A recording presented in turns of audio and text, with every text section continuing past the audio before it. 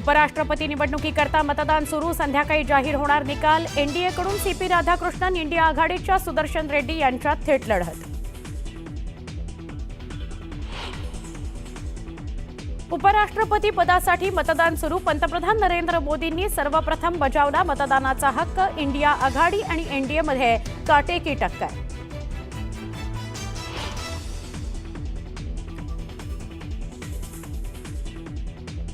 अनेक वेळा लोकांना असं वाटलं की माझी राख होते आणि तेवढ्यात मी आपली भरारी घेतली। अनेक वेळा लोकांना वाटलं माझी राख होतीये, पण मी भरारी घेतली। राजकीय कारकिर्दीतील घडामोडींच्या पार्श्वभूमीवर मुख्यमंत्री देवेंद्र फडणवीस यांचं सूचक विधान।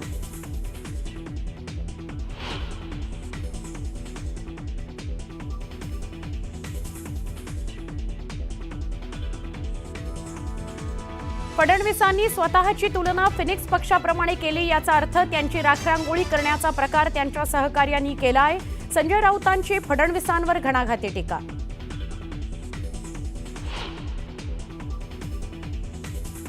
दसरा मेळाव्यानंतर शिवसेना उभाठाला मोठा धक्का देणार, 2 आमदार सोडले तर सगळे आमदार आणि नगरसेवक आमच्या संपर्कात, कृपाल तुमाने यांचा खळबळजनक दावा।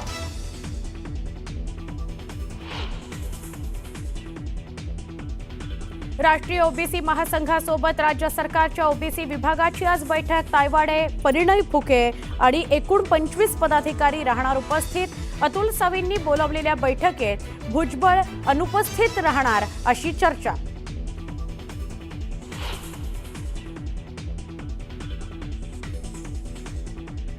गोकुळची आज होणारी सर्वसाधारण सभा वादळी ठरण्याची चिन्ह, संचालिका शौमिका महाडिक यांचा गंभीर प्रश्न उपस्थित करत व्यासपीठावर न बसण्याचा निर्णय।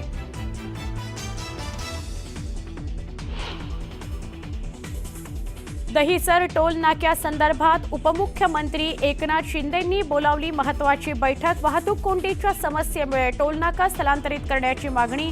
बैठकीत काय निर्णय होतो याकडे सगळ्यांचं लक्ष। डोंबिवलीतील समर्थ कॉम्प्लेक्स या 7 मजली अनधिकृत इमारतीवर हायकोर्टाच्या आदेशानं होणार कारवाई, परिसरात मोठा बंदोबस्त। आणि पुण्यातील आयुष कोमकर हत्या प्रकरण, आंदेकर टोळीचा म्होरक्या बंडू आंदेकरसह 6 जणांना अटक। आंदेकरची मुलगी आणि 2 नातू आणि शूटर अमन पठाणला अटक केल्याची माहिती।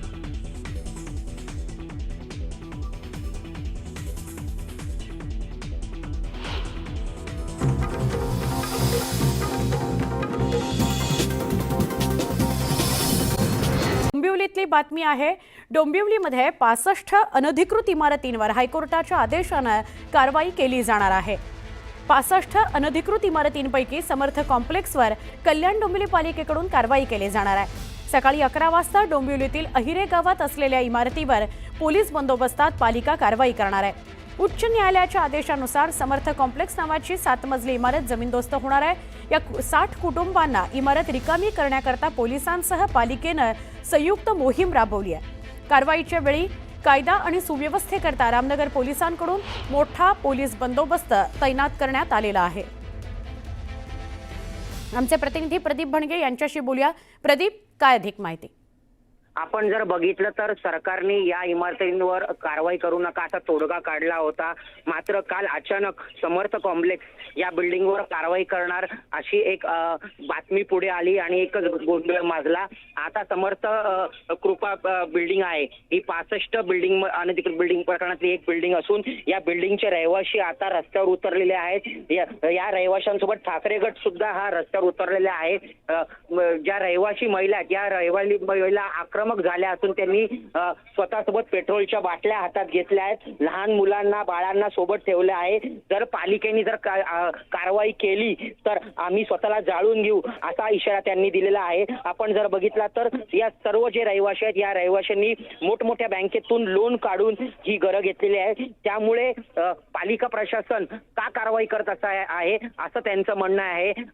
आमची जे लोन आम्ही दिलेले आहेत, लोन फेडत आहोत, त्याचप्रमाणे आम्ही जे डॉक्युमेंट आहेत ते पण तपासून घेतले. मात्र या 65 बिल्डिंग मधले जे अधिक दोषी अधिकारी आहेत किंवा जे कोणी दोषी बिल्डर आहेत त्यांच्यावर मात्र कुठेही प्रशासन कारवाई करताना दिसत नाही आहे.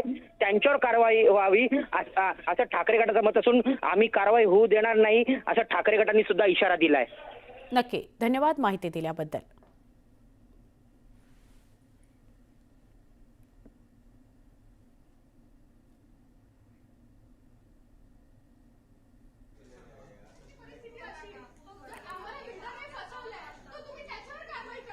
नियम पाहिजे, काय काय कागदपत्र पाहिजे, सगळं काही बघून मी हे घर घेतलं आहे.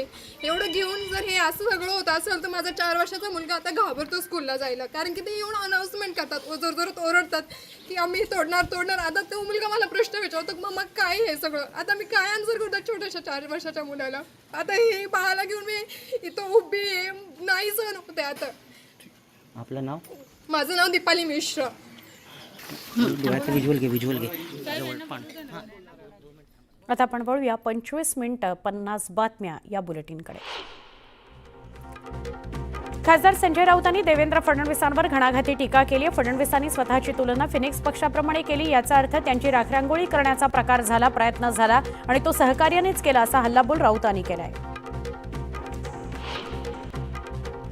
फडणवीसांच्या वक्तव्यावर खासदार सुप्रिया सुळेंनी प्रतिक्रिया दिली आहे. राजकारणात कधीच कुणाची राख होत नाही, कुणीही कुणाबद्दल असे विचार करत नाही की एखादा नेता संपावा, असं सुप्रिया सुळे म्हणाल्या.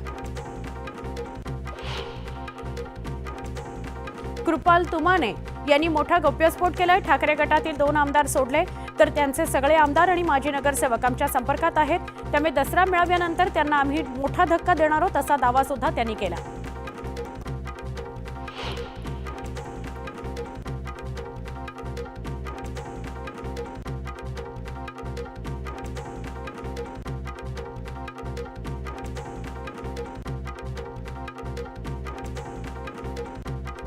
आमदार रोहित पवार यांनी बावनकुळेंवरील केलेल्या आरोपात तथ्य नसल्याचं सरकारी दस्तावेजातून समोर आलंय. गौण खनिज उत्खनन प्रकरणी 90 कोटींचा दंड हा तत्कालीन महसूल मंत्री राधाकृष्ण विखे पाटलांच्या कार्यकाळातील असल्याचं नमूद करण्यात आलं.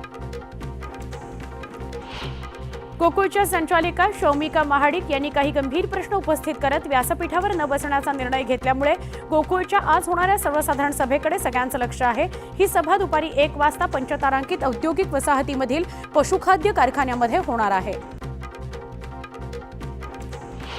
मराठा आणि ओबीसीच्या उपसमितीची बैठक होणार आहे. ओबीसी उपसमिती स्थापन झाल्यानंतर ओबीसी उपसमितीची ही पहिलीच बैठक होणार आहे. राज्य मंत्रिमंडळाच्या बैठकीआधी ही बैठक होण्याची शक्यता आहे.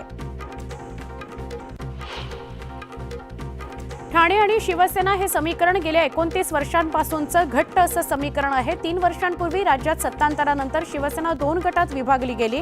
आता शिंदे सेनेची आगामी ठाणे महापालिका निवडणुकीत कसोटी लागणार आहे. उपमुख्यमंत्री एकनाथ शिंदे यांचा ठाणे बालेकिल्ला मानला जातो. त्यामुळे बालेकिल्ला ताब्यात ठेवण्याकरता जो उमेदवार 100% निवडून येईल त्यालाच तिकीट दिलं जाईल अशी माहिती शिंदे सेनेतील सूत्रांकडून कळतीये. बीडमध्ये बंजारा समाज एसटीतील आरक्षणासाठी एकवटल्याचं बघायला मिळालं. हैदराबाद गॅझेटनुसार एसटी आरक्षणामध्ये बंजारा समाजाचा समावेश करावा या प्रमुख मागणीकरता 15 सप्टेंबरला जिल्हाधिकारी कार्यालयावर विराट मोर्चा काढण्याचा निर्णय घेण्यात आला. आरक्षणाचा प्रश्न तात्काळ मार्गी लावा, अन्यथा रस्ते आम्ही बंद करू असा इशारा बंजारा समाजाकडून देण्यात आला. दमदार पावसामुळे हतनूर धरणाच्या पाणी पातळीत वाढ झाली होती. मात्र पाऊस ओसरताच हतनूर धरणातील विसर्ग घटलाय. सध्या धरणाच्या केवळ 4 दरवाजांमधून तापी नदीपात्रात विसर्ग सुरू आहे. नाशिकच्या इगतपुरी तालुक्याच्या पूर्व भागात बिबट्याचा मुक्त संचार बघायला मिळतो. विशेषतः कावनई आणि आसपासच्या गावात बिबट्याचा वावर वाढल्यानं नागरिक भयभीत झालेत. कपिल धारा हे रिसॉर्ट परिसरातील 2 बिबटे मस्ती करतानाचा व्हिडिओ सुद्धा या ठिकाणी व्हायरल झालाय. त्यामुळे नागरिकांनी बिबट्याचा बंदोबस्त करावा अशी मागणी केली आहे. सिंधुदुर्ग जिल्ह्यामध्ये गेल्या काही महिन्यांपासून साथीच्या आजाराचं प्रमाण मोठ्या प्रमाणात वाढलंय. जिल्हा हिवताप विभागाकडून प्राप्त माहितीनुसार सिंधुदुर्ग जिल्ह्यामध्ये जानेवारी ते ऑगस्ट या कालावधीमध्ये डेंग्यू रुग्णांची संख्या 113, चिकुनगुनिया 44 आणि मलेरियाचे 100 रुग्ण आढळून आले आहेत. जळगावच्या अंमळनेरमधील ढेकूबू या तांड्यातील बंजारा समाजाला आजही स्मशानभूमीचा प्रश्न भेडसावतो आहे. ग्रामस्थांवर उघड्यावरच अंत्यसंस्कार करण्याची वेळ आली आहे। स्मशानभूमी नसल्यानं पावसाच्या सरींमध्ये ताटपत्री बांधून अंत्यसंस्कार करावे लागले। सोलापूर रेल्वे विभागातून दसरा आणि दिवाळीकरता विशेष गाड्या सोडण्यात येणार आहेत। त्यात लातूर ते हडपसर, मुंबई ते लातूर, दौंड ते कलबुर्गी आणि कलबुर्गी ते हडपसर अशा 4 गाड्यांच्या 230 फेऱ्या होणार आहेत। दसरा आणि दिवाळी काळात सुटी असल्यामुळे रेल्वे गाड्या फुल असणार आहेत।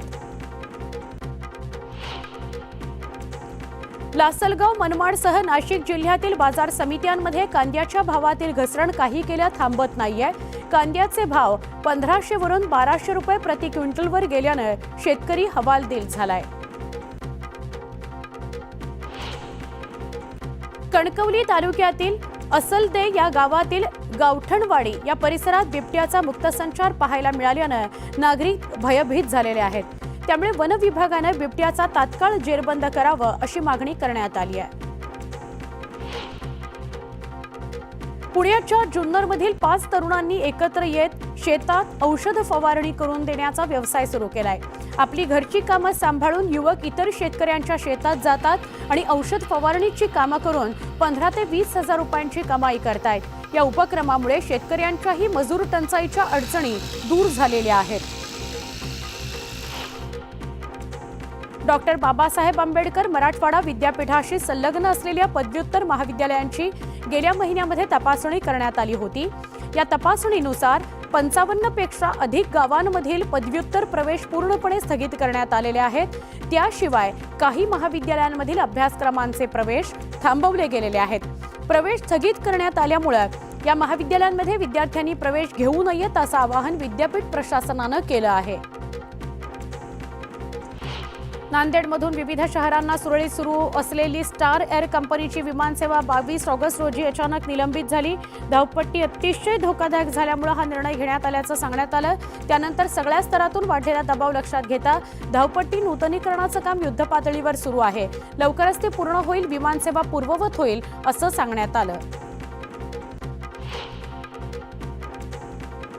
ग्रामविकास आणि पंचायती राज विभागामार्फत राबवण्यात येणाऱ्या मुख्यमंत्री समृद्ध पंचायत राज अभियानाअंतर्गत दापोली, मंडणगड आणि खेडमध्ये तालुकास्तरीय कार्यशाळेचं आयोजन करण्यात आलं होतं।